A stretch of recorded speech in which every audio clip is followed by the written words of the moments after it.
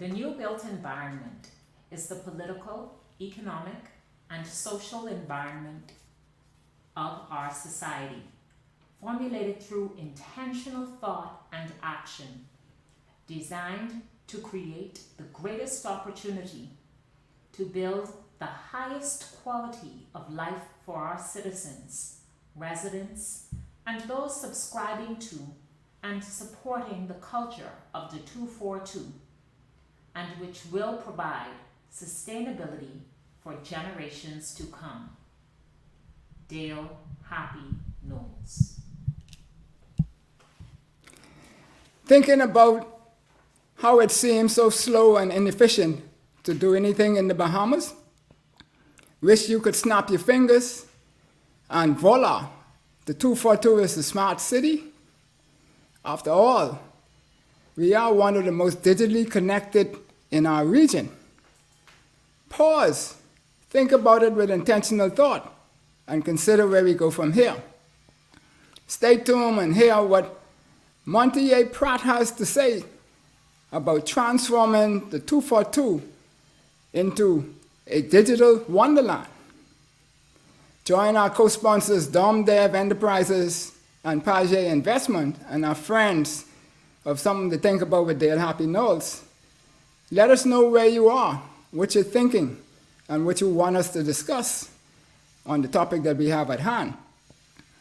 Ask your questions and say your comments, and share with all your friends that we are now live. And this is going to be a hot off the press, innovative conversation. We'll be right back. Something to think about with Dale Happy Knowles.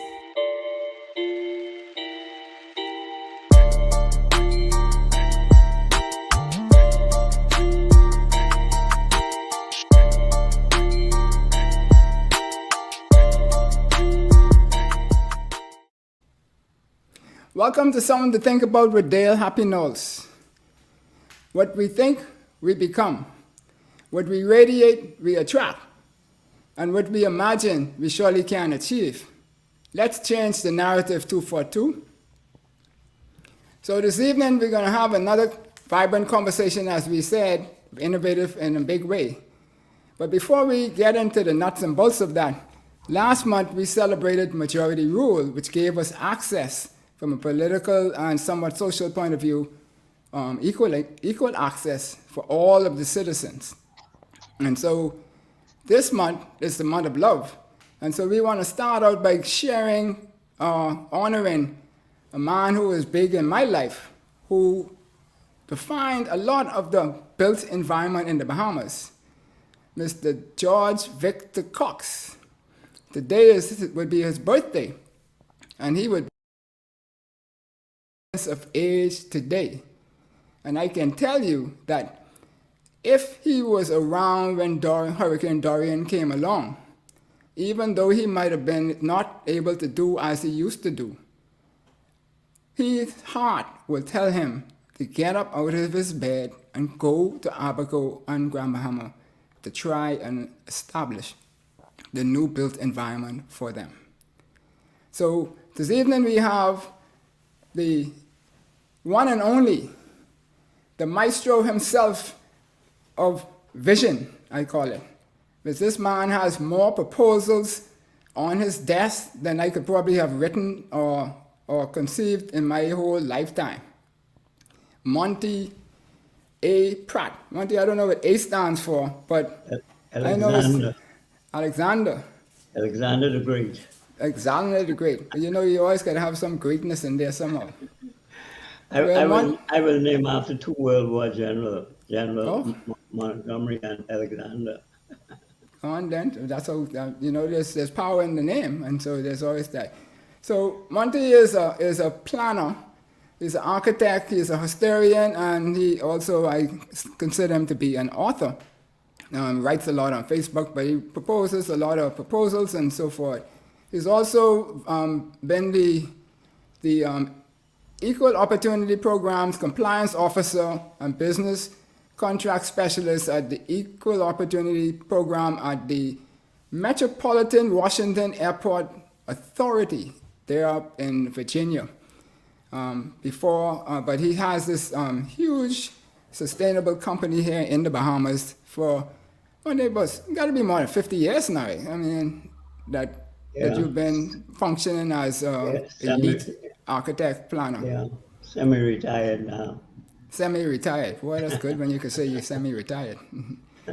But welcome on to Something to Think About with Dale Happy Knowles. Thank you for inviting me, and good evening, everybody. It's a pleasure to be here. Awesome. And so, folks out there, we're going to have this innovative conversation. We want you to take off any blinders that you have on your mind so that you can add to this conversation, and let's just think totally out of the box as to where we could go and carry the Bahamas as we move forward. So as I mentioned before, we were just celebrated majority rule. So pre-majority rule, so what was the built environment like? That would have been in the 67s or maybe even the 50s or whichever. What was our infrastructure like in the Bahamas? Well, Dale, we might need to go back even a little bit further. Sure. When the colonial government, we were ruled by numerous governors sent by the Queen as a colony, and they are the ones who commenced what we call infrastructure development. So, case an example, the Parliament buildings that were built and government house. And so you notice that all of these structures have that British colonial style of architecture. And we have continued, which has kind of given us our signature look, unique signature look, along with the style of Bahamian architecture, the dome type homes and the dome type building.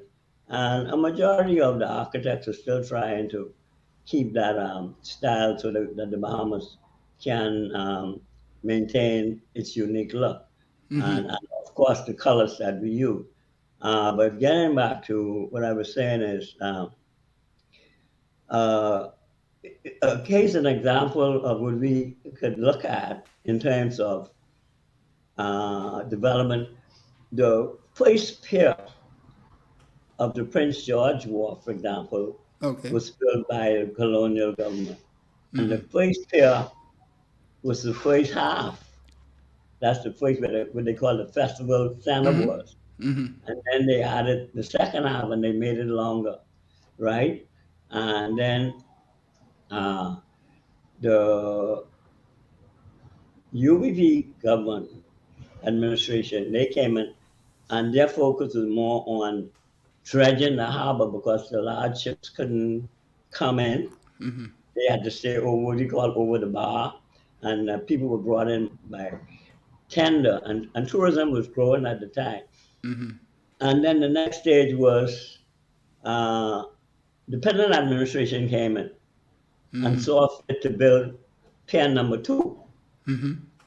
And so we ended with pier 1, pier 2, and then later on. So before you switch over there though, so there was a style that was done, focused mainly on the British style, pre-majority rule, and did that style change once the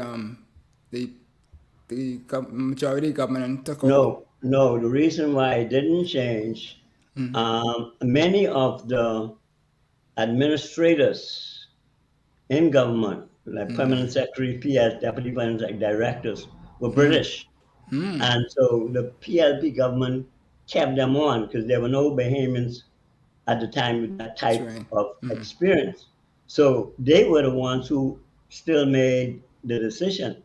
And for some reason, in training Bahamians, so we look at the schools, the schools still have that look even to this day, except for when Sir Cecil was the Minister of Works, and he did the Uriah Mackey and the Stephen Dillard Stephen School. Dillard. Mm-hmm. But basically, nothing has changed with respect to what I call in even with roads and the docks in the Family Island and all that, pretty much remain the same, you know.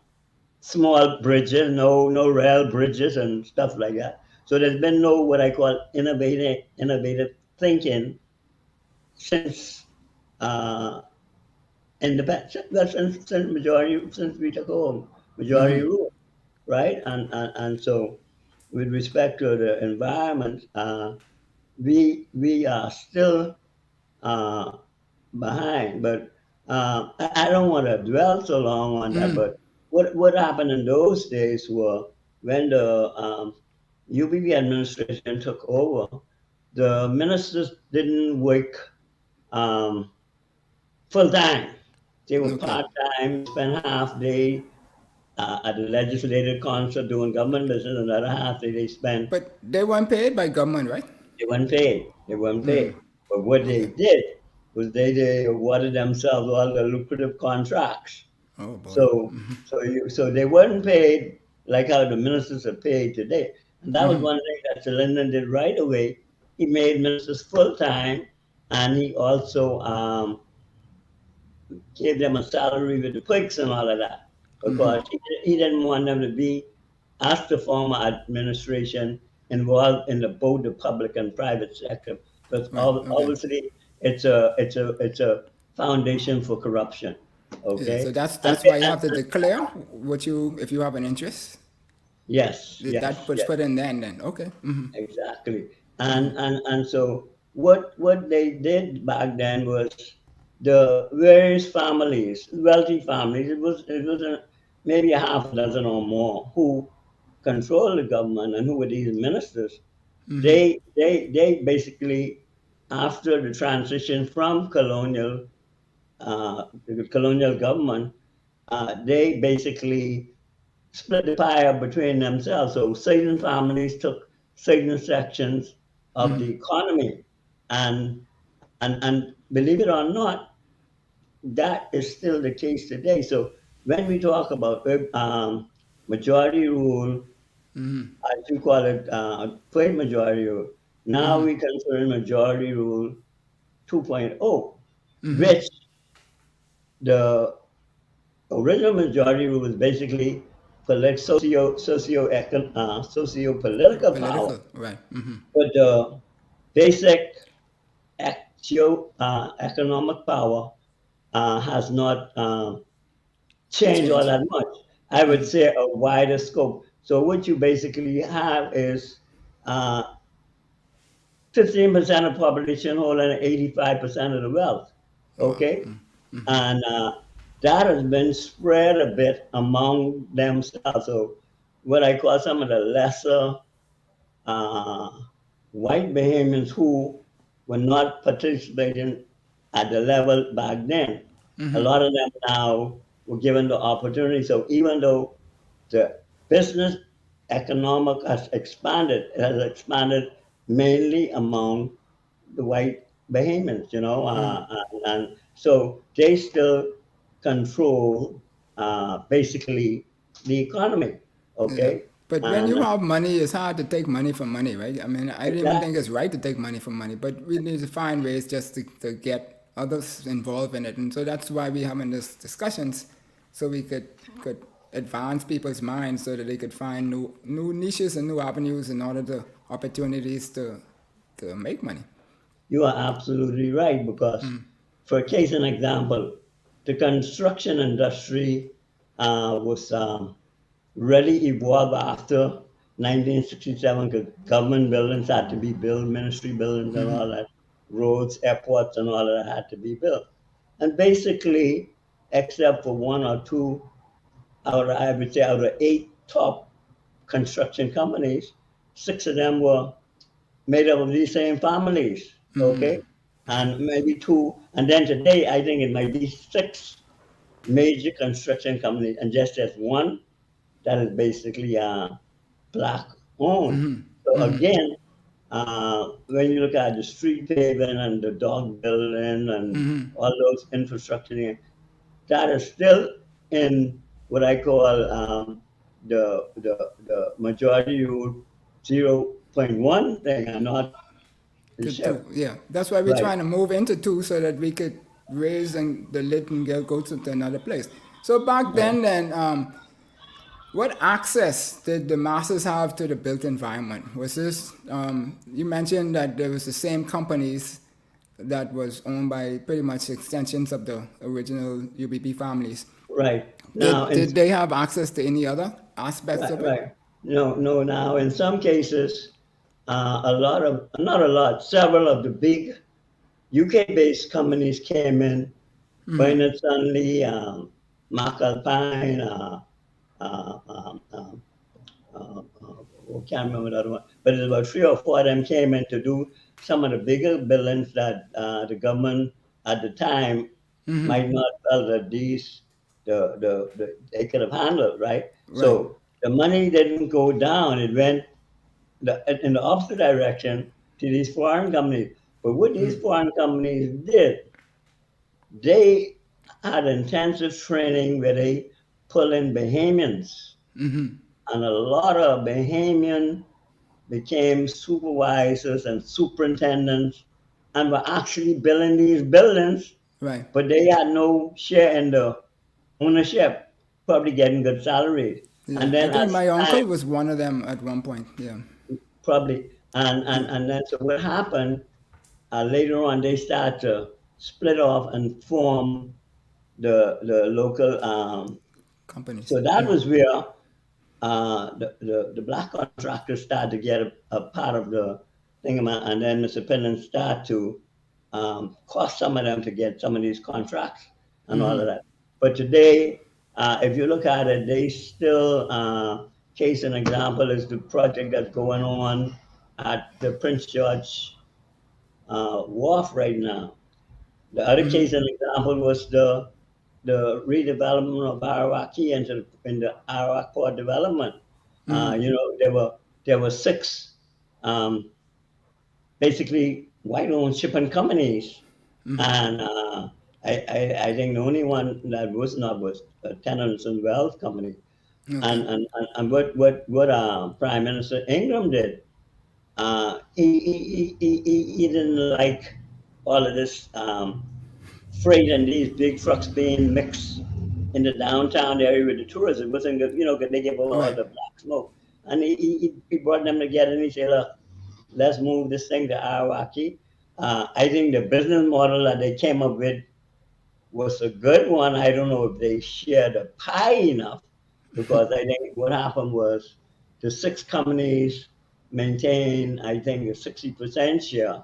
The government took the 40%, they kept 20, and then the other 20% went out to shares. And I think most of those shares were went to civil servants who were financed by the Bank of the Bahamas. The prime minister had arranged the whole thing. So you do have some Bahamians that have shares in the Arawak Port Port. development, but not to the extent that I felt it could have been even more. In fact, I don't think the government should have hold the In 20% that did yeah. hold. But I don't know whether it was some kind of guarantee. And then what they did, they gave them a 25-year or 30-year moratorium that no other container port could be built on New Providence.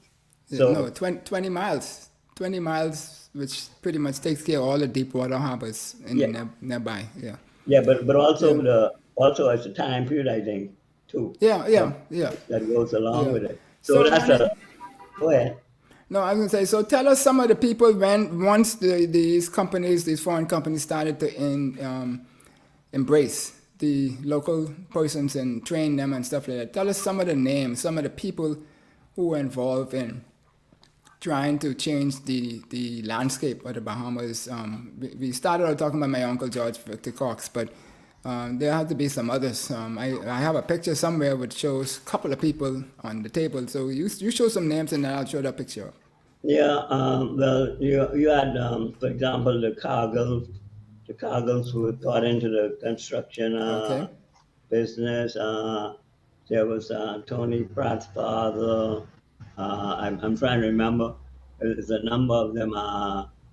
Glenn Holmes and Norman R. And even though he was a UBB candidate at the time, Norman R. He was an architect, engineer, more or less, but he got into Yeah. the construction in a big time, right? So I yeah, see, I this see, one. Go ahead. no, I would just say I see in that picture, I see Tony Dean and I think Jackson on Jackson. the right.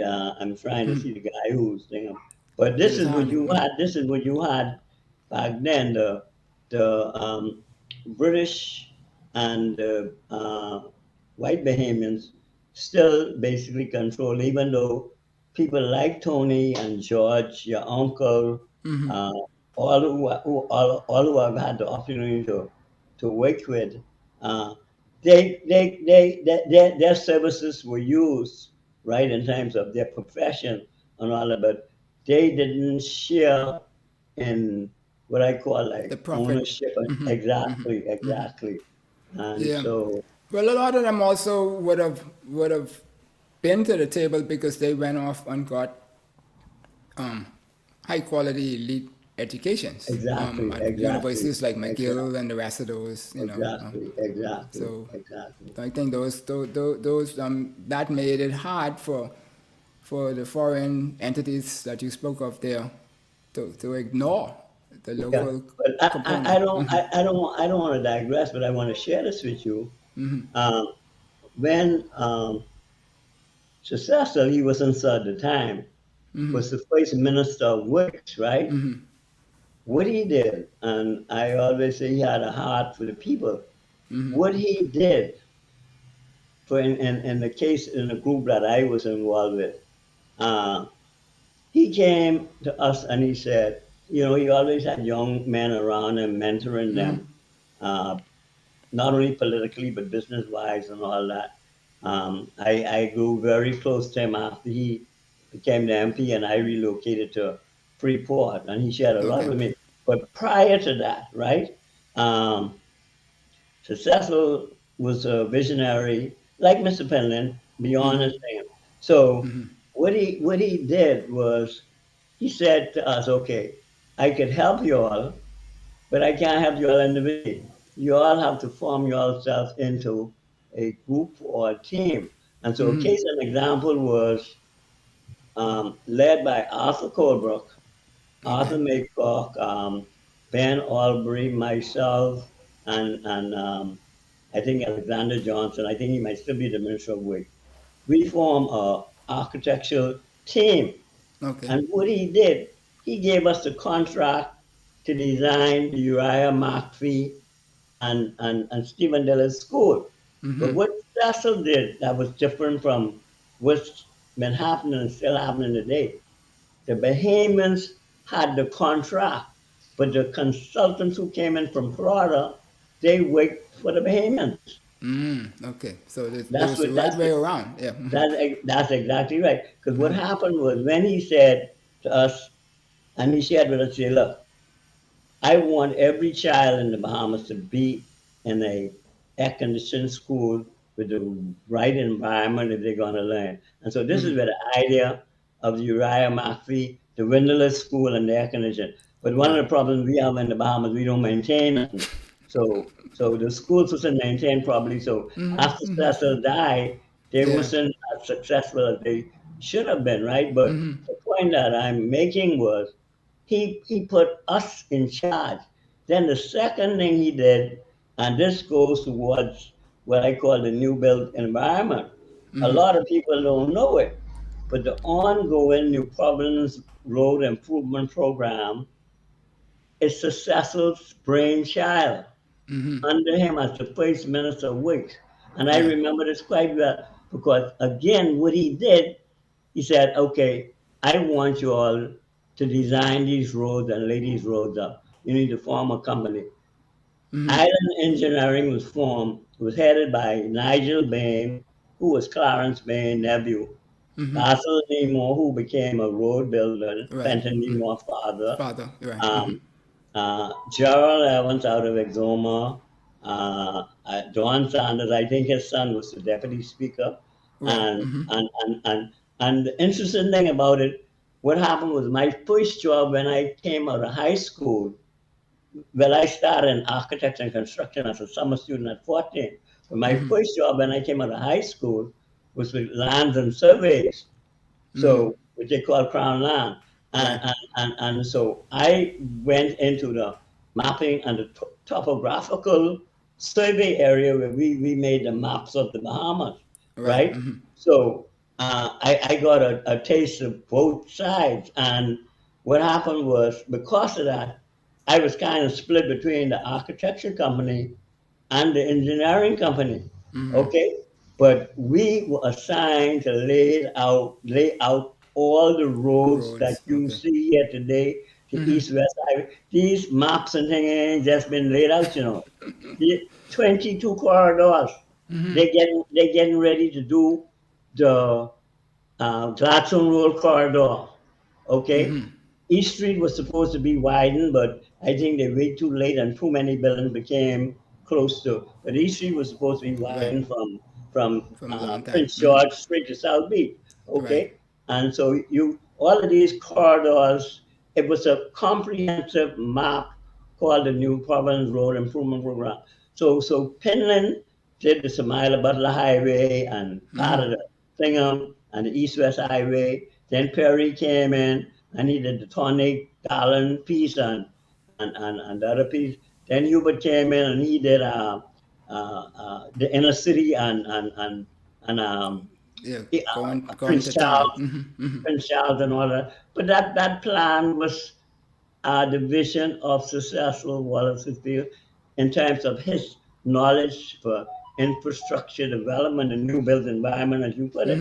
The other thing Right. that he did, he was responsible for us going to the Family Island and laying out a lot of the runways of these small airports like Mangrove Key, Basel, Nemo, and Sanders, Right. and myself and others. We would fly and get put up, and we go down and we lay out the runways and all that, and then he sent the equipment in there. So a lot of the small runway strips that are now throughout the Bahamas, again, was the brainchild of Successful, because the only access before that was by boat.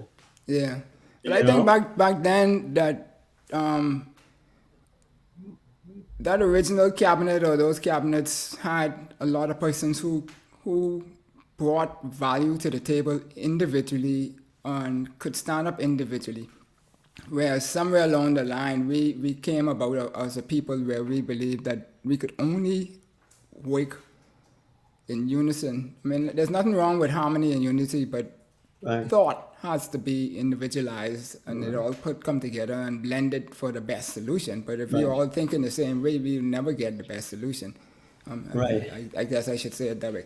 So when we look, Monty, at all of this activity and this access that we got through the majority rule, the first majority rule, then when we start looking at why I say we are poised for another one, it's what is the infrastructure and institutions that were developed that accelerated as a result of majority rule? Well- what part of our society or economy or whatever that Well, we allowed to accelerate?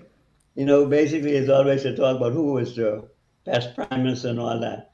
But if you look at it, every major institution that exists today was established by the Pennon administration. The only one that I know, Perry was responsible for NEMA, right? And Prime Minister Ingham was responsible for ICA, right? ICA, Which has and the media, television media industry. That was a great move by Ingham, because if we look at that today to see how vast it is now in terms of the radio stations, television stations, but not only that, all of the spin-off smaller station we saw the other day on TV, the program Gombe Kids won an international award, and this is showing you what we Bahamian could do if given the opportunity. So But yeah. that was a great move in terms of when um, uh, I think what happened, Finland saw that as a control to control the media. And I think even England saw it as an opportunity, which it was, to expand the economy. And so basically, and I don't want to dwell on the past too long, but if we move forward, I would say that no administration since the Linden has come up with a comprehensive national new build environment plan Plan. for Okay. the country. Okay, there's always been what I call sport development on different projects, right? But there's been no major uh, Comprehensive plan. comprehensive Yeah. plan.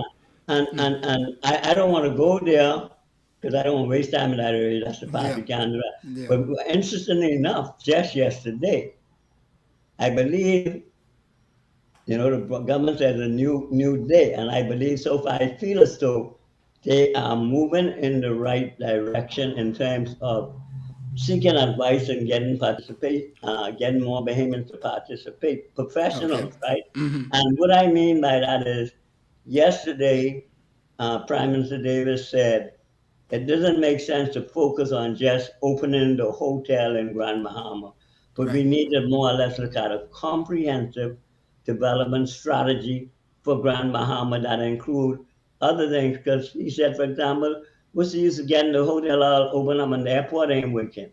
You Right. see? So I think that's the new mindset. Right. Another very interesting area that I think there's an opportunity. I think tourism is our bread and butter, and there can be those who control it in the front end. It can be a while before Bahamians really transition into tourism in any big way. I believe if Right. we get infrastructure in the Family Islands, you would see more growth of Bahamians in that area. But just I want to say, the new area is the digital economy. Right, and Okay. I was just going to touch on that because Loren McDonald made a comment just now on the page, and it says that the ideas of a visionary executed decades later. Thank you, Sir Lyndon, Sir Cecil Wallace Whitfield, for those visions, right? And so when we look at that same thing, Sir Monty, and I like to call everybody Sir who is his name, right? So when we look at that, the to pat myself on the back a little bit, we at Betelco came up with a whole digital plan for the Bahamas and so forth. And infrastructure, network-wise, has been put in place almost 20 years ago. And we're not maximizing it. And just looking at that comment, it tells me that we just have a propensity that when somebody puts something forward, it takes us about 10, 20 years before we actually implement it for some strange reason. I don't know if that's a cultural thing or what is causing that. Because now, with Majority 2.0, I've been saying it for about the last 10, 15 years that that's going to be driven by digital. And a lot of people used to look at me like they're in headlights and don't know what I'm talking about. But COVID came along and slapped us a couple of times and pushed us straight into the digital environment now. And so we've had 25 years of progression and 25 years of some regression or coasting, and then 5 years of getting slapped up and down by hurricane and COVID and whatever else up there. And so what does it seem that we haven't reached there yet? So what we seem to be ripe for Majority Rule 2.0. And I believe it's going to be powered by smart cities on top of that digital environment. What's your thoughts on that? Okay, well, let me say this. I think back in 2018, Crazy Thompson, I'm not sure whether he was in the Prime Minister's office at the time, but they came up with this concept of making Freeport a digital city, okay? And they had this conference and they invite people to come in to discuss possibilities and all that. Well, then we had the hurricane and the thing, so that kind of thing. But I still think that that was the wrong approach. What should have happened, the government should have developed a comprehensive plan for the new digital cryptocurrency environment and lay out the parameters, put legislation in place, and do it properly. So what they did is they put the cart before the horse. Okay, I believe. Fast forward to the day, I believe that is changing in that I see some things that I am liking. For example, the local company Arawak X crowdfunding. A lot of and see what Bahamians need to do. They need to train themselves to understand these terminologies and what they mean and how they could take advantage of it. And all basically crowdfunding is ASU, you know. You know, when you put your money into ASU and one person get the money. That's what crowdfunding is. Crowdfunding is where I want to start a business. I have a good idea and all that. I have some money, but I don't have enough money. So I go out to Arawak X and ask them to raise money for me. And so what they do, they then send an invitation out and to people. And what happened today is the banks are not paying any interest, and people are looking for places to invest their money, be it midterm or long term, to get more for their return, especially with the environment. So crowdfunding presents an opportunity for you to more or less finance a business and become a part of the business. And if that business grow to the point where it goes on the BizX and it's now traded, you now can get shares and you actually own shares and you are now a owner of this company. So this move by the young man, the young group, and this is going to take young Bahamians who understand it. Our crowdfunding. The second thing is, which is kind of fast, is the movement of FTX into the Bahamas. Okay, I was a little apprehensive when I saw it and what they were doing, but what my research showed is they are the number 2 largest crypto exchange business in the world. Now, what a lot of people, again, I feel Bahamians need to make themselves aware of these things. What crypto exchange is it allow you to trade different cryptocurrencies. But not only that, is if you have X amount of cryptocurrency and for some reason you need cash, they could convert it to fiat. Fiat is paper money. Paper money, okay? Cash. So a lot of people apprehensive about cryptocurrency and owning and all that. But if there's a need, just like how you have shares in a company, and if someone got sick in your family, you could actually take those shares to the bank and put it up as collateral, and the bank will give you money for that medical expense or whatever. Because if you default, the bank now how those shares to recover. So cryptocurrency, yes, it fluctuates and all that, but it's the future, and I believe the new generation, we can't get into the tourism thing and we can't get into the construction industry in no big way. So we need to look at these new built environments and move in that direction, you know. Yeah. So we're gonna tackle some of that on the other side of the break.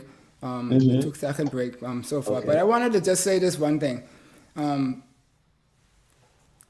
Like I said, with the build out of the networks and stuff, the whole idea was always to go from networks and push the applications from the telecoms environment out to the customer, and usually be more controls there. The idea with Grand Bahama was not born where you said it was born. It was born right there in BT Pataco.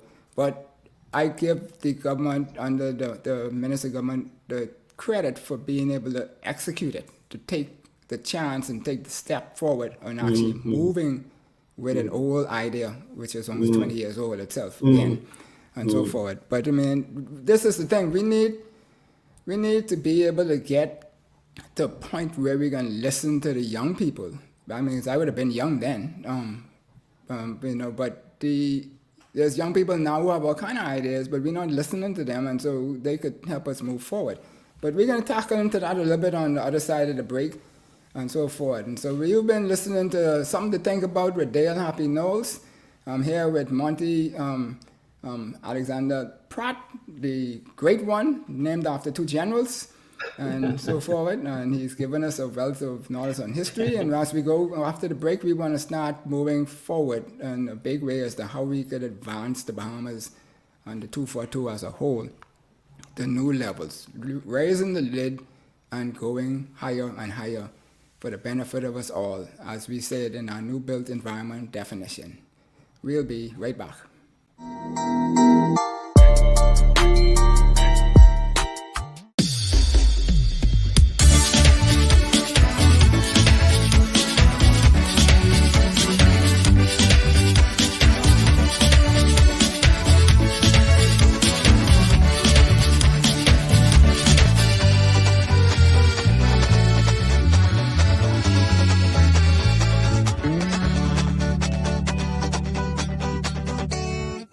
Sammy's Chicken. There's nothing like it. Sometimes it's hard to find a company that can get the job done right. At Mission Complete, we do just that. Mission Complete offers a wide variety of services from janitorial to sanitation to pressure washing pool decks and patios. We're also proud to offer COVID-19 decontamination for your home or business. And for those multi-legged critters, we call in our pest control and rodent team. Why call 4 different companies when you can call just one and get the job done? Call us now and let's get this mission started.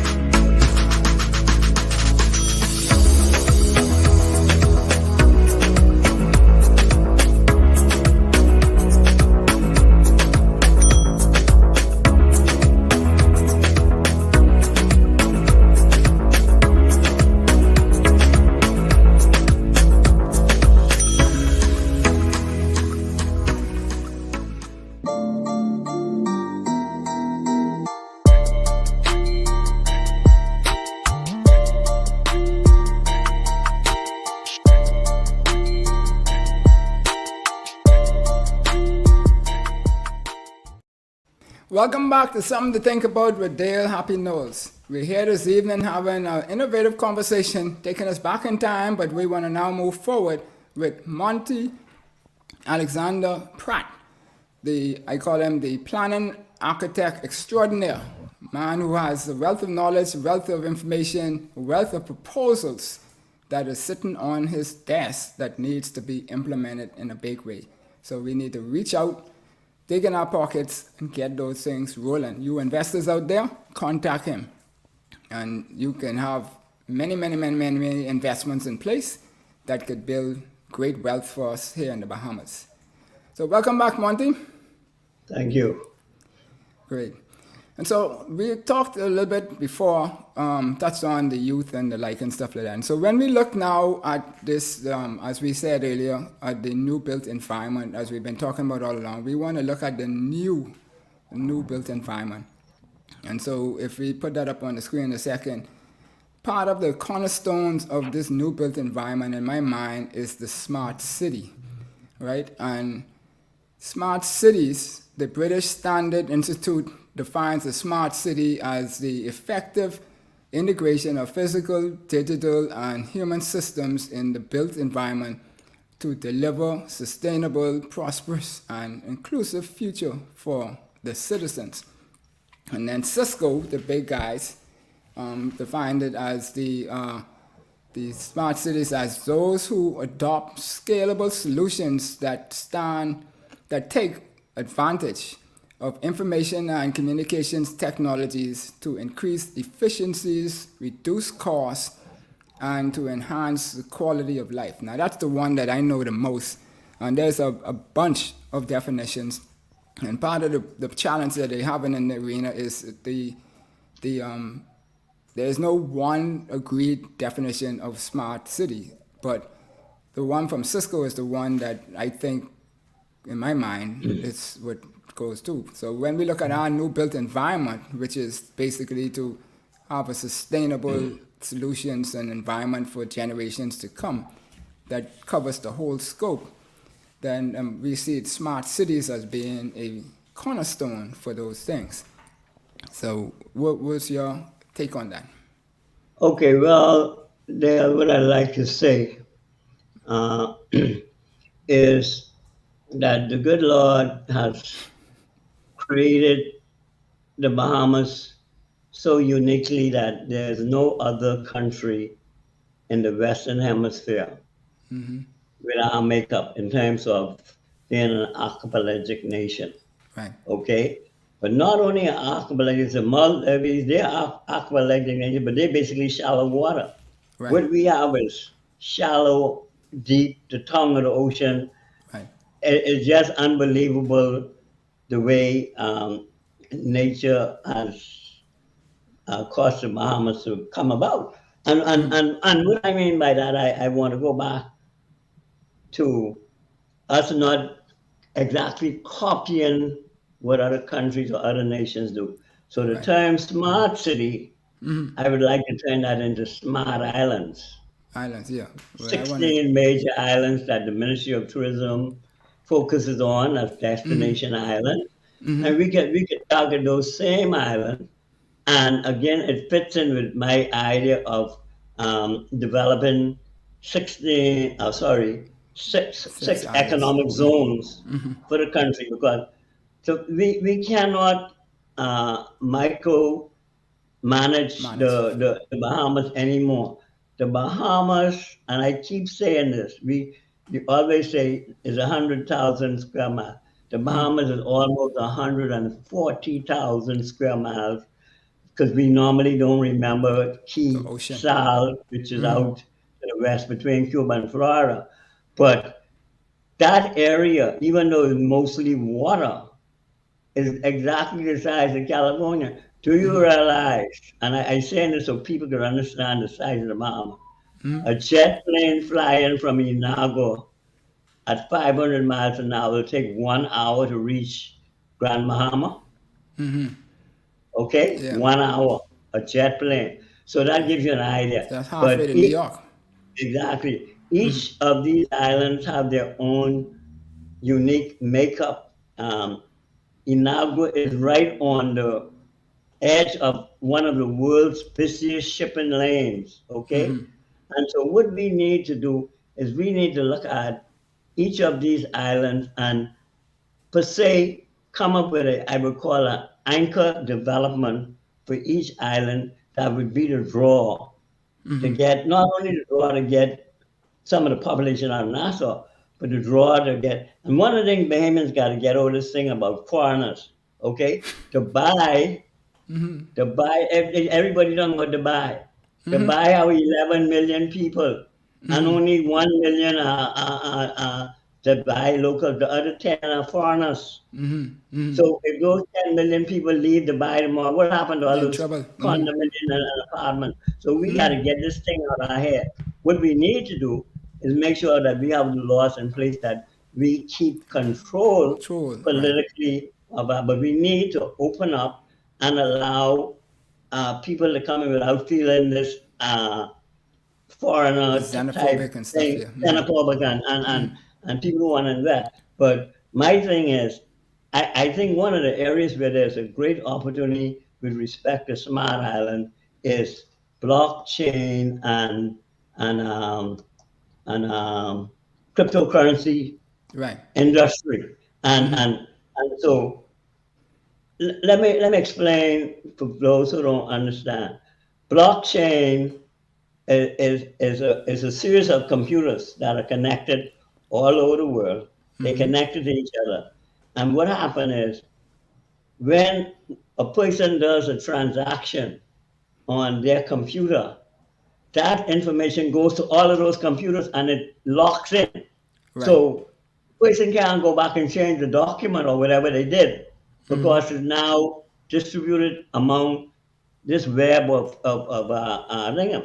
So blockchain could be a industry where we could, for example, if we set up a technology center, don't have to be big, on 16 islands, and we web them, we now could offer storage services to companies that might want to store information in the United States Right. or Right. whatever. The other thing about blockchain, it allows things like telemedicine to be advanced. So in the family island, when the doctor or whoever or the nurse examined me, and she said, "Well, I don't know what's wrong." She put me on the computer, a system, whatever, and the specialist in Nassau, he could see everything without me flying to Nassau, and he have the same record and the same file and the same information. If I did lab tests at one lab, I don't need to go do another lab test. He could tap into the portal of that lab and get the X-ray or whatever. And so blockchain allows you to do that. Blockchain allows you. Let me give you an example how blockchain could really benefit us. We have a lot of small farmers. We're trying to become more self-sufficient. If the Ministry of Agriculture would support these farmers and cost them not to be growing 5, 6, 7 projects, but focus on 1 or 2 crops, right? Yeah. Once you set up a blockchain system, and all the hotels could tap into that information. So a farmer, he could say, okay, in 6 months, I can have 10,000 bushels of onion ready. He put that out on the blockchain. So Bahamas know it, Atlantis know it, all the little hotels know that they can now start placing their orders right there and then, okay? But not only placing their orders through the cryptocurrency, they could put the money into his account, even if it's an escrow account, right? And not just the hotels. You got Super Value and all the food store chain. So all of them. So his 10,000 bushels of onion is sold before he even harvests them. Okay. Now what you have, and this is the gender gap.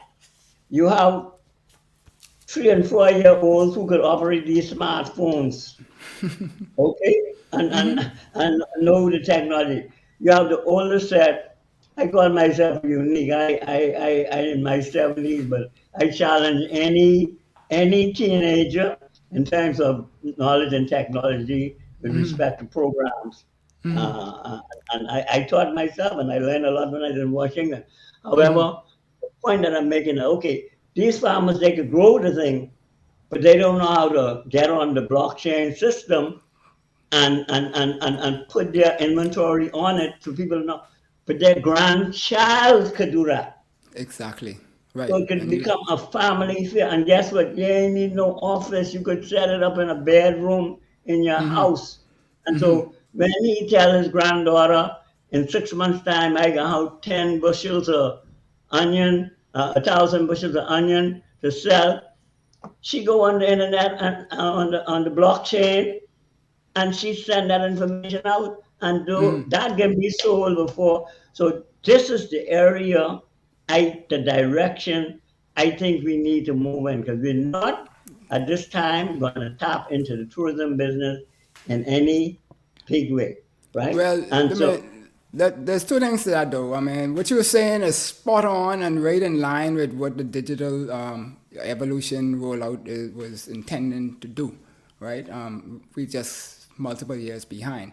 And we're going into another technological revolution, and we need to catch up so we could get into that too with artificial intelligence and the rest of those teaming up with the things like blockchain and the rest. So blockchain provides a vehicle for multiple things, and crypto is one application on top of that. that's going to work well together. Right. And so you said you want to be a smart island. I really want a smart country because the Bahamas is more digitally connected at high quality and reliability than Anybody in the many region. in the region, right? But you know, we say we the Bahamas and people just dismiss it because we got some customer service issues that we're dealing with and stuff like that. But when you look at the core networks and stuff like that, all we have to do is get our head right, and then we'll be ahead of the game very, very, very, very quickly. And so when we look at that, though, the digital environment is really and truly the environment of the young people. And so we go back to the same question again as to when are we going to embrace the young people to be drivers of these type of societies for our economic development as a country, right?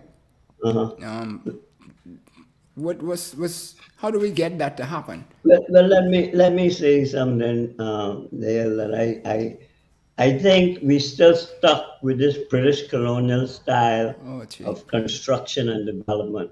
In America, that basically has been done away with. Okay, buildings are managed by project management or building information managers, where everything is done on the computers and all of that, right? And they control that, almost like a control tower controlling the planes and all of that. And companies specialize in one or two specific areas. So, for example, a steel construction company who can put up a steel frame, they put up a steel frame of that building and they move on to the next building. So that's their specialty. A window company or a wall company, their thing is to clad the building. They clad the building, put the windows and close it in. They move on to another field. So the only area where we have this, what I call these things, is plumbing, electrical, general contractor say. Right. But everything else, the general contractor does it. And what it is more expensive because the general contractor, when he get the price from Florida, and you add all the things and you mark it up, right? Then he can mark it up, and then he can, when he's doing his overall profit, then he can mark it up again. So the general contractor can make most of the money. Whereas if we go to the project management concept, and the reason why I say this to you, Dale, I know at least 5 Bahamians with project management degrees who are not over 45. Yeah. So for example, the Ministry of Housing just announced a housing program. Okay, I understand they're going to have a major company that's in the business already build these homes. To me, that should not have happened. What should have happened was the ministry should set up a development corporation or division within the thing, and they engage the project managers, they engage the contractors direct, and then they not go to the general contract concept, but go to the project management concept. So if a guy is a block layer and you can build 100 houses, you give him the contract to lay the blocks for 100 houses. He can probably make more money than if you had given him 1 or 2 houses to build. If a company is a build out partition company, sheetrock company, you give them the 100 houses to them. So now you splitting the pie up, but you managing your money now. More importantly, you go to these wholesale suppliers of lumber and materials, and you say to them, I want you to set up a division, and in some cases it might be duty free or VAT free or whatever. But I want you to set up a division within your company that's separate from your general public business, and that business is going to serve the supplying the materials for these homes. Okay, we want you to go direct to the manufacturer, not to Florida. Go to the manufacturer because we giving you 100 homes, so you buy in bulk for 100 homes. So you get that discount from the manufacturer, and we want you to take your profit, but pass that on to us. Okay? Then you, Us um, as in the so, customer. Yeah. so the guy who was laying 100 blocks, he ain't buying the blocks. The project manager call up JB or whoever and say, look, I want you to deliver 800 blocks to a house number so and so today. Right. The guy get 800 blocks to lay. What it does is cut down on stealing. One of the biggest problems in construction is stealing. You have to allow at least 5% to 10% to cover. I remember when we renovated and this is a sad thing, but it's true. I remember when we renovated. I was a consultant on the British Colonial Hotel when we renovated. We finished, I think, 2 floors, everything complete, mark off, ready to go.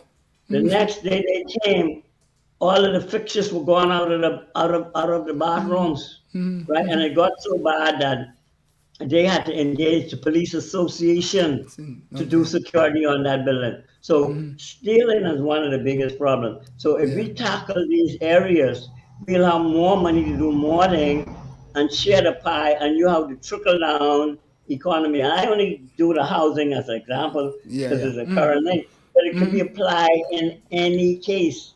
In the airport authority, we had well over 100 contracts.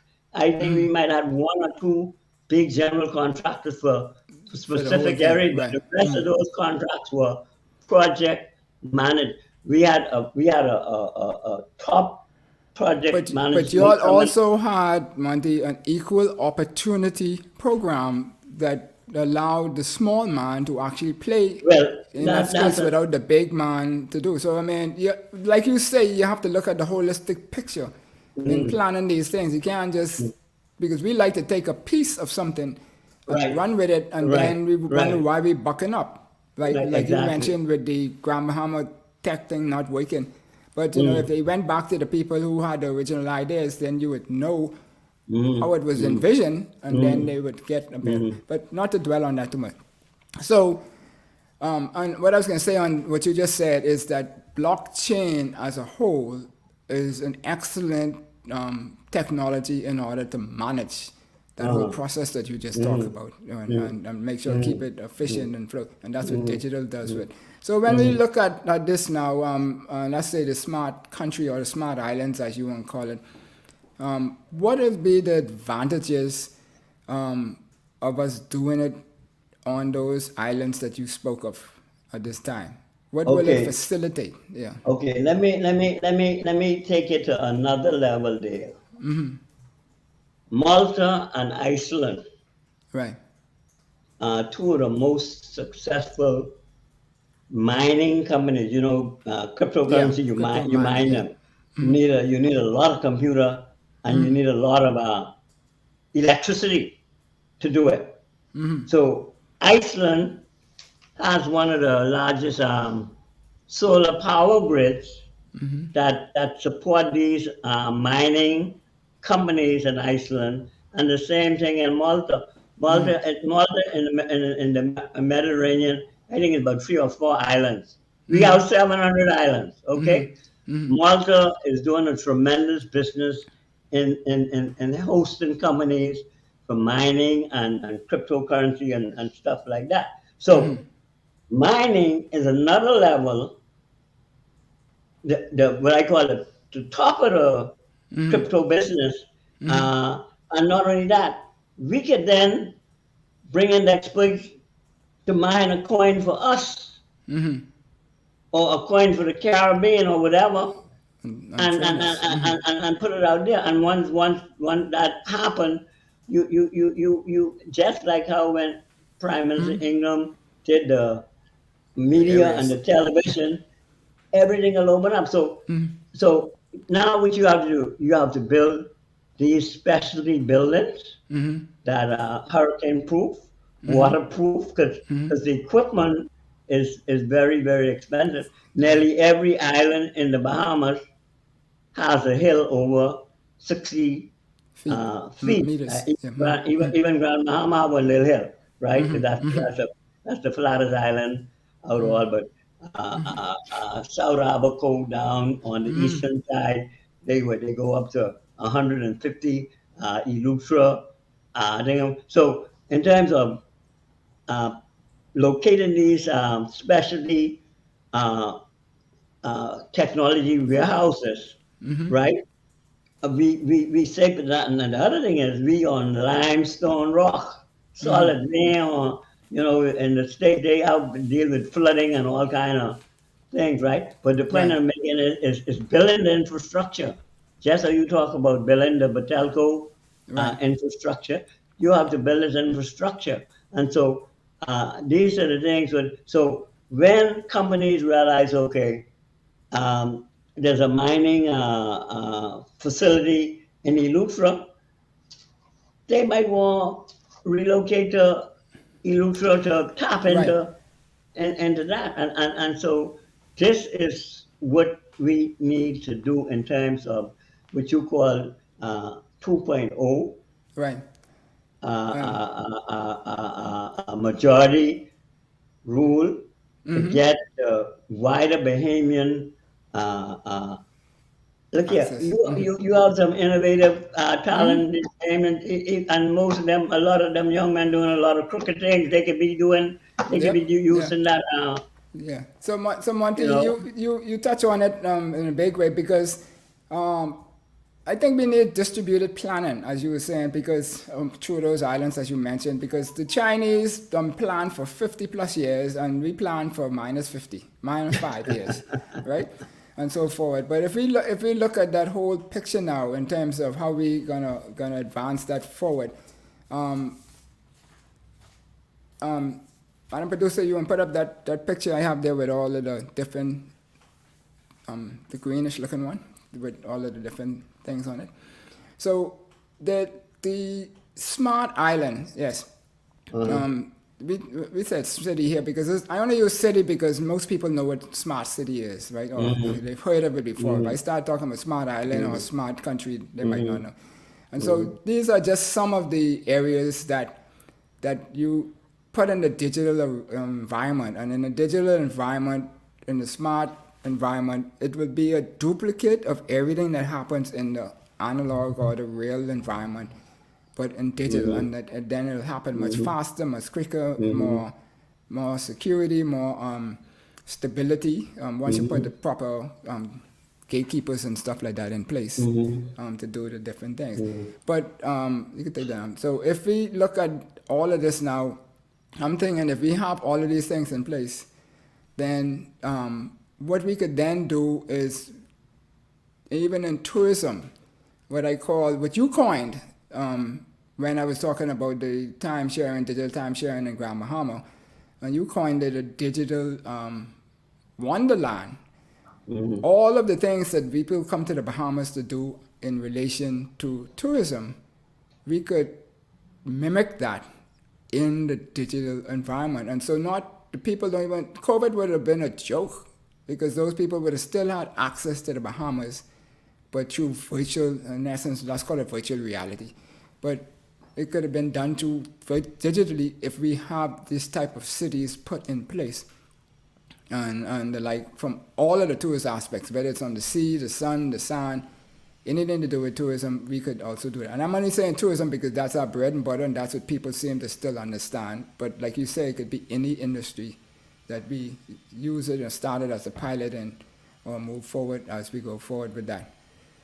And as we come to wrapping up now with because I don't want to keep you here all night and then. No, I'm okay for time.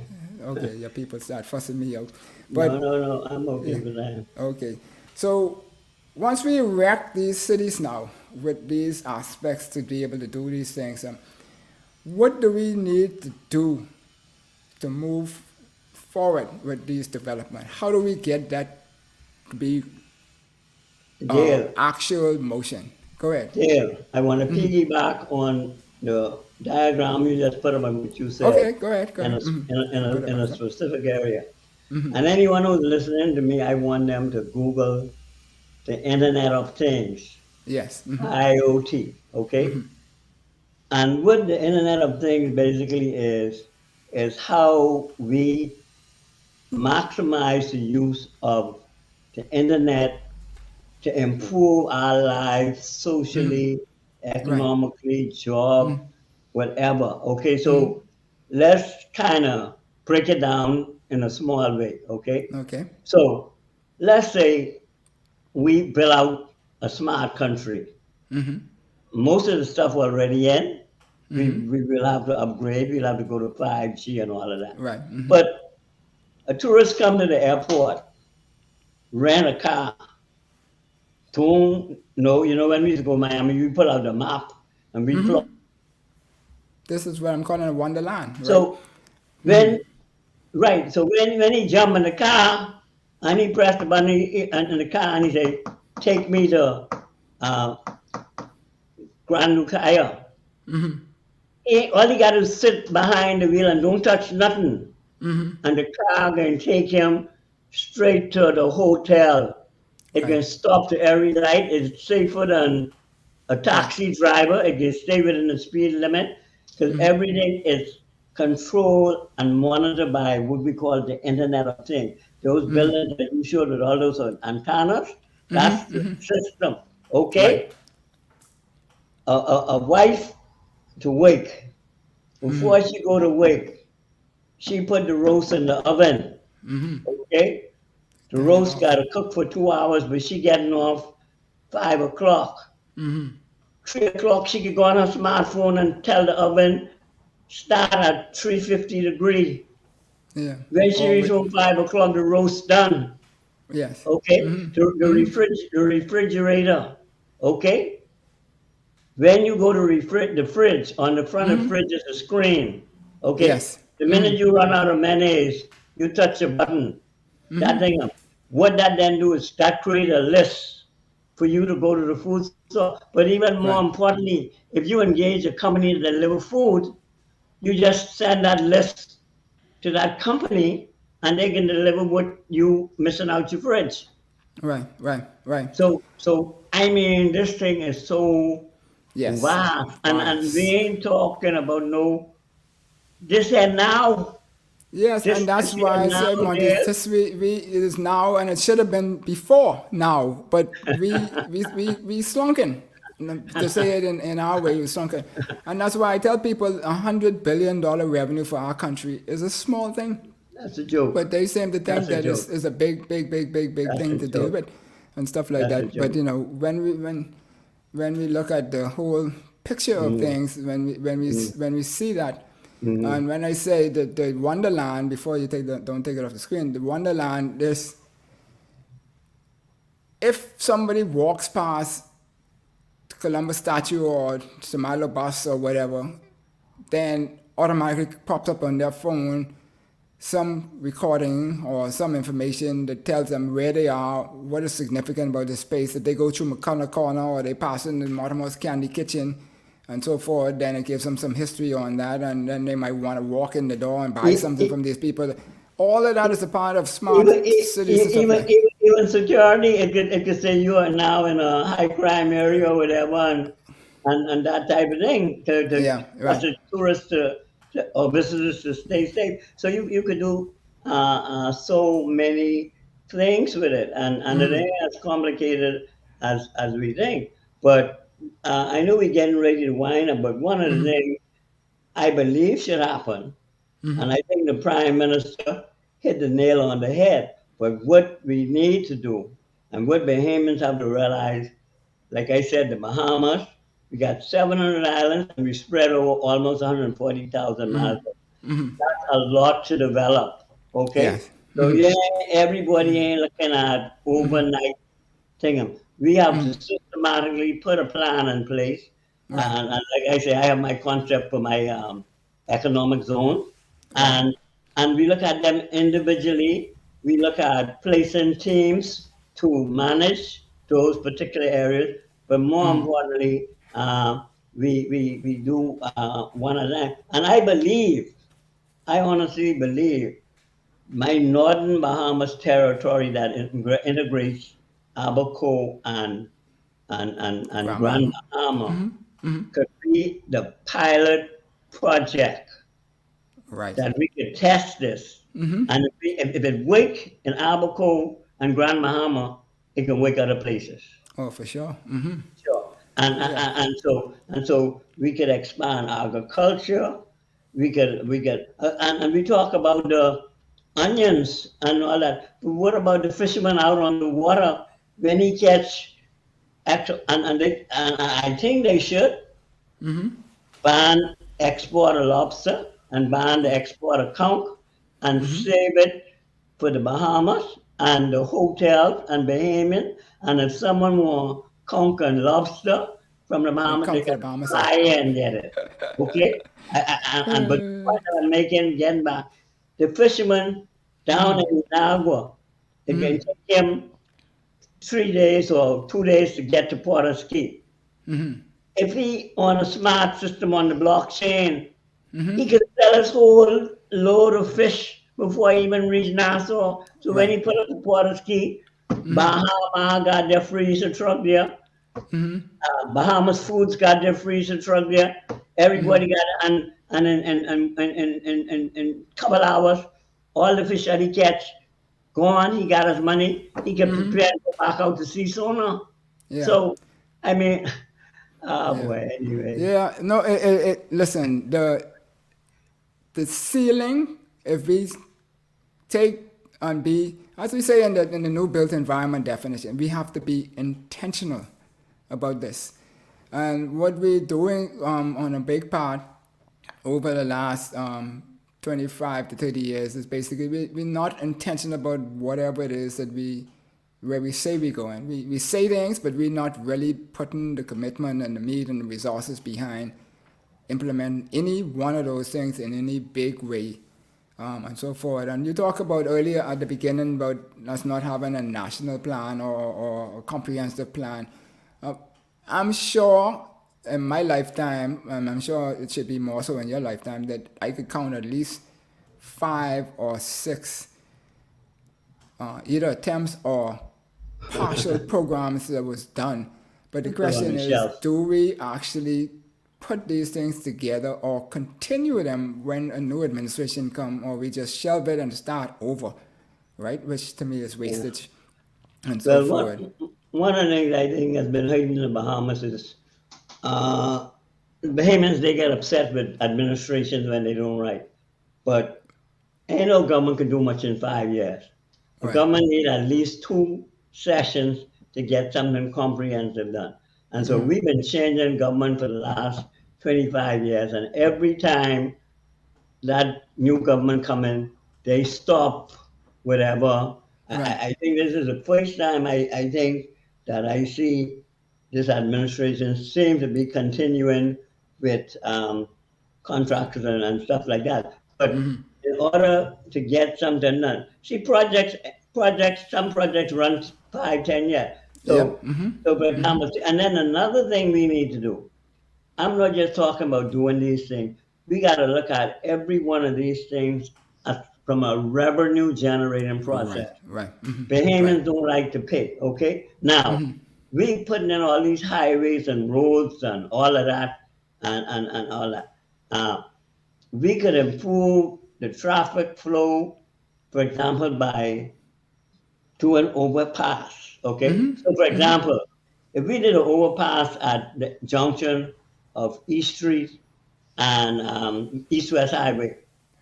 And so from the Maron Mall to the airport, I think it's about 8 roundabouts. So we have an overpass that you could, so when you come in your car to Maron Mall, you could almost be to the airport in less than 10 minutes because you don't have to stop. Now, what people don't understand is when your car going at 40, 50 miles an hour, it ain't burning much gas. But when you sitting in traffic to a roundabout and it's taking you half an hour to get from the Maron Mall to the East Street Circle, you ain't only burning a lot of gas, you polluting the air, right? But now, we don't even have to burn the gas because we could go electric. And we that's another thing. That's another thing. But I was looking at the current situation. Okay, go ahead. But one of the things I want to say, you got to look at the bigger picture. Do you know how many man hours are lost in this country due to lateness, and people going to drop their children to school Oh. and all this type of stuff. We had to study it at BTC because when I took over in the group in 2006, I went from like 15, 30 people to 350 people. Uh-huh. And we found between the hours of 1:30 and 4, when they knocked off, most of them knocked off, the production dropped right off the table. And so Right. a lot of them, 5 or 6 of them was going to the same school to pick up. And so Right. we know we weren't going to stop that, and we was trying to get them to at least carpool some of the things if we Right, could do it, right, but right, that right, wasn't right. way, and so forth. But the amount of wastage that we have, and it's not intentional wastage, it's just a matter that we are not embracing a wide scope of people to be able to bring other perspectives to the table so they could see where these things are going. Yes, there's always going to be some level of corruption and whatever happens and stuff. Yeah, Yeah, that human part of nature. wastage, that's Human nature. just nature. But there's a lot of wastage that happens that we really could kill. I mean, going digital is one in a big way, but there's so many systems and stuff that happens. And that's why I say, when I was a young man, coming out of the university, working at BTC, everybody looked at me like, where he going with these ideas, right? But the same ideas are the ones that people are enjoying today, right? And so we need to embrace the youth today, because all they're doing is brain draining out of the country because nobody is giving them opportunities and they're like Right. in a big Right. way. And so we have to find a comprehensive program in order to get them all engaged. But not just them. We need to engage people like you and even maybe me with no hair on my head. We get a little bit of brain in there somewhere. But to play a role in this whole program of development. And we can't do these things by sitting around the table with 20, 25 people and thinking that those who we elect to sit in cabinet have all the ideas and all the answers and all the solutions and all these things. Why we send everybody to school and train them if we're gonna just go to one set of people? I mean, I don't see it. We need plans in order to do it. So how do we excite that to happen? That's the main question I want to ask with all that. Taylor, and another, what I want to say is, we have to change this system of all the paper shuffling and going to this one again. I might have shared a story with you before, but I want to share it again with the public. When I was working with the Airport Authority in Washington, it was around the 1st of October, I remember. And the Airport Authority is a quasi-government with 13 divisions. My division, the Equal Opportunity Department, was division number 11. Right. And so anytime a meeting was called on a major issue, there had to be a representative from all 13 divisions. You had to be, it was a requirement, okay? The other requirement was when that meeting commenced in the morning at 7:30, and if your session only took 10 minutes to present, you had to remain in the meeting until 5:30 to listen to everybody else. You know what we have is when people make their presentation, they go on. Okay, so here's what happened. My supervisor came in and said, Monty, we need you to go to emergency meeting in the morning. They call it the war room, the conference center, the war room. Okay? She said, I don't know what it's all about, but it's an urgent memo. I want you to go because it's to do with construction. When I went to the meeting, the vice president or the deputy CEO of the airport authority, everybody from the 13 divisions were there. Police, fire, freight, everybody was there, okay? He said, look, we have a problem. He said, we have planes coming from Europe with 300-400 passengers running on fumes in the air because there's no space for them to. He said, we need to build a 12-gate interim terminal, passenger terminal, 12 gates, okay? And he said, he didn't have no plans. He said, what do you think I'm doing is building in the middle of the airport, you know, outfield. 6 gates on the side and 6 gates on that side. Now, me and my experience as how I know things going in the Bahamas, he said, today is October 1st. We're going to open this airport on the 30th of June. That's what he said, okay? Now, he said, here's what's going to happen. The engineers have, not the engineers, the architects have October to come up with the concept. The engineers have November and December to come up with the engineering, Design. electrical and the so forth and everything, right? We started this project on January 2nd, and it's going to be finished on June 30th. 12 gates. I sitting back, I remember when they built the first airport, not this one, but with the Colombian company. It was a company from South America. I think that had 3 gates, 3 of the, the onboard, Yeah. the extension, loading, passenger. The wings, yeah. I remember that thing. I think that took 18 months to build. I said, man, gotta be joking. He's talking about 12 gates in there. And that time, it was snowing like crazy and everything else. Who could wake in the snow and all that? So anyway, plans were done. They showed a concept. Everybody again meet. Everybody approved, had their input, what they think should happen. The awarding. They go through the pre bid, and then the pre-award conferences. Again, you have to be in them. So the pre-bid is the selected people who are invited to participate, and then the pre-awards are the people who get their contract, and then of course, like I say, everybody comments on I think, and there, when one day I went to the airport, and you have to have a special license to drive on the air side. Yeah. And I didn't have no need to go on the air side, but I see this big white thing out there. I say, let me go there. There. That was a big inflated tent. It was snowing outside. Inside, men were bareback with shovels and different things working. Okay? They were working and preparing the foundation. And to cut a long story short, I came home, I think the first part of June for a week or 2 vacation. When I went back to Washington, when I left, the interior, the ceiling was hanging and so forth. When my plane pulled up to that terminal, about 30,000 people in the building, Kentucky, Burger King, everything operating. You think that building been there for 10 years? You sound like Miami. Anyway, go ahead.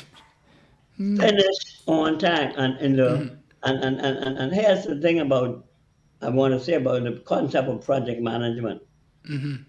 We have had not one project finished over budget and over time at the airport authority. Not one. Not one. And the safety factor was so safe. We didn't have an injury for 900 days.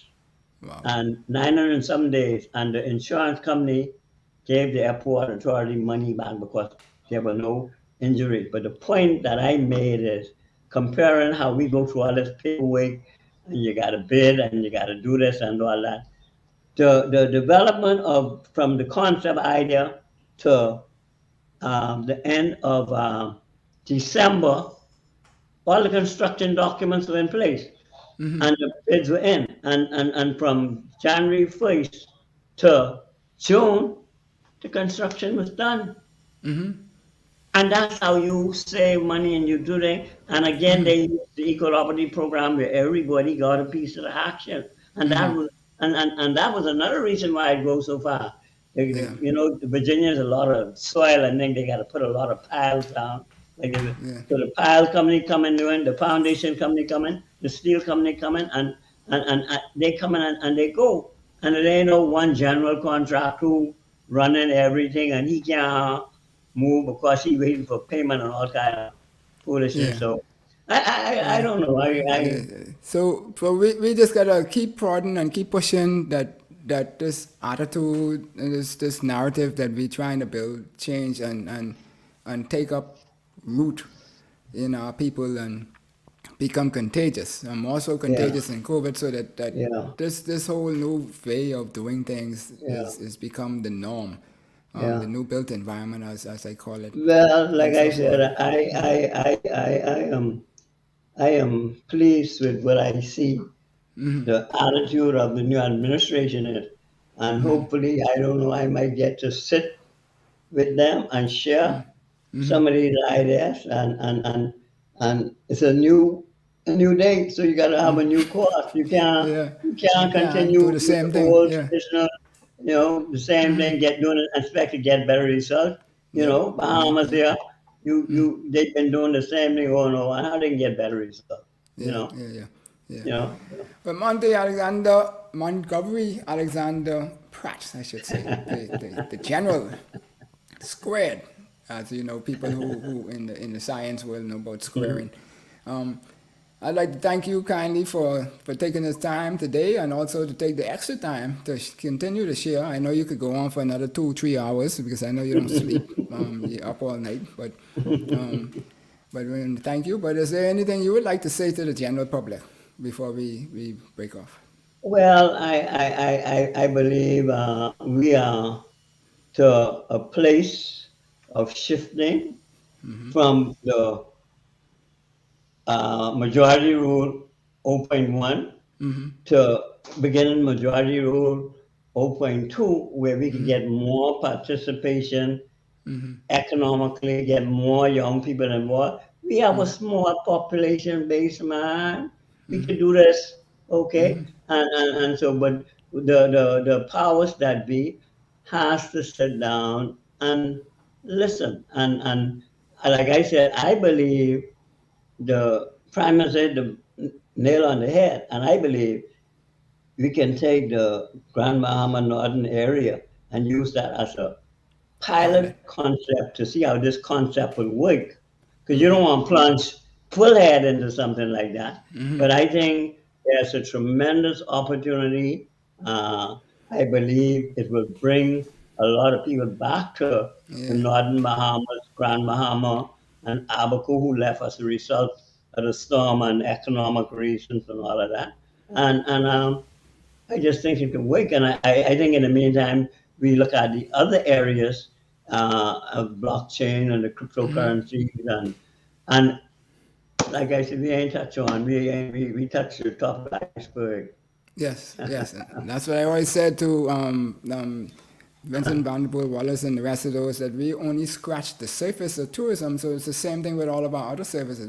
We are very young and very innovative country waiting to reach our true potential. And we know God lives here, so we know our potential is huge, right? So once again, thank you kindly. We'd like to thank all of those out there in social media who stuck with us the whole time. I mean, I'm sure it was well worth your time. And if you found value in it, be sure to hit that subscribe button and share the program with all your friends, and so that they could learn and watch it at their own leisure. The shows stay up on Facebook and YouTube. We don't take them down. The whole purpose is to get this knowledge out to people and so forth. And we have persons like Monte A here who has a wealth of knowledge. And if there's others that you know about, then be sure to shoot us a note and tell us you want to hear them on the show and so forth, so that we could raise the lid of this Bahama land and get us all of we up into the same stratosphere, and not just have some benefiting and some not, and so forth. We didn't even touch on how this will affect poverty and the like, which is a huge topic. But maybe we'll have to have you back, Monty, so that we could touch on some other aspects of it and drill down a little bit more deeper in just one area versus all of the different things. Okay, thank you for having me. You're welcome. So folks, what we'd like to do is to ask you to pause, think about it with intentional thought, and consider where we go from here. Do subscribe, as I mentioned earlier. And if you are not sure, we encourage you to vaccinate or isolate. Those are the two things that are going to get us out of this COVID environment that we're in, and so we can move forward into greater speed and pace and developing this new environment that we choose to want to do as we move forward. So be safe. Madam Producer, thank you kindly for yet another show, keeping me heads on P and Q's and dotting the I's and the T's as we go. And we all want us all to enjoy this evening and have a safe evening. Thank you, Monty, and Thank good you. evening.